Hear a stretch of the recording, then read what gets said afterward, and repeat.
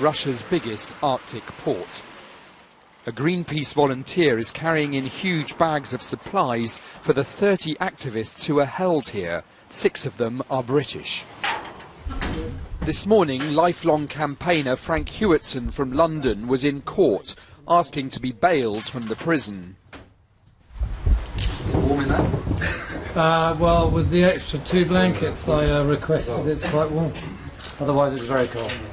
Frank Hewitson's lawyers argue that piracy under Russian law needs an attack on a ship using violence for personal gain.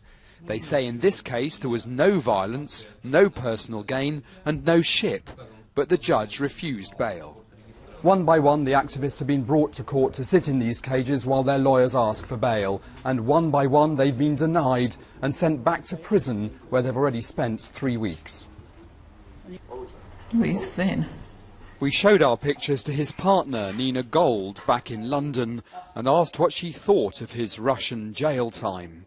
It's, an occupational hazard, but I think that this charge of piracy with a 15-year sentence is completely unprecedented.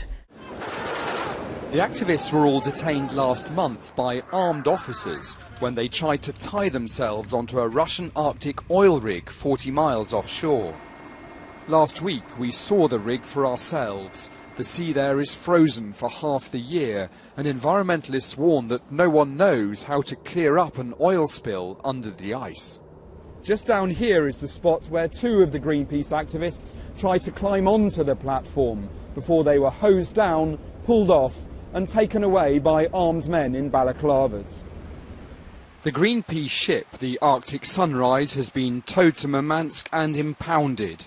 Russia's strong reaction shows their suspicion that the environmental activists are somehow acting on behalf of Western economic interests.